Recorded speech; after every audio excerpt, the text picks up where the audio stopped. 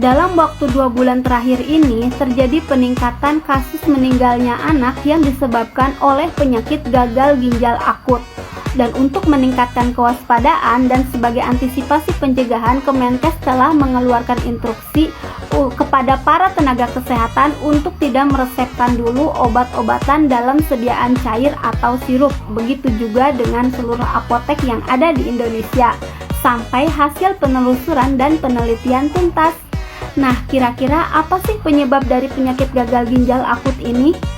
Gangguan ginjal akut ini adalah penurunan fungsi ginjal secara tiba-tiba dalam periode yang singkat, bisa dalam beberapa hari sampai beberapa minggu. Nah, jika tidak mendapatkan penanganan yang tepat, ini bisa berbahaya dan berakibat fatal bagi penderitanya. Nah, ternyata kasus gagal ginjal akut pada anak ini tidak hanya terjadi di Indonesia, tapi juga di negara Gambia. Di negara Gambia sendiri itu disebabkan karena obat batuk pilek anak, sampai menimbulkan kematian sebanyak 70 anak.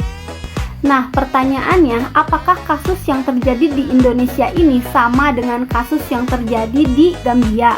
Nah, di Gambia sendiri kan penyebabnya dikarenakan obat batuk pilek anak, sementara kalau di Indonesia sendiri sampai hari ini belum diketahui penyebabnya secara pasti dan masih dalam proses penelitian. Lalu, apa yang harus kita lakukan? Yang pertama, tetap tenang dan waspada, apalagi kita sebagai orang tua.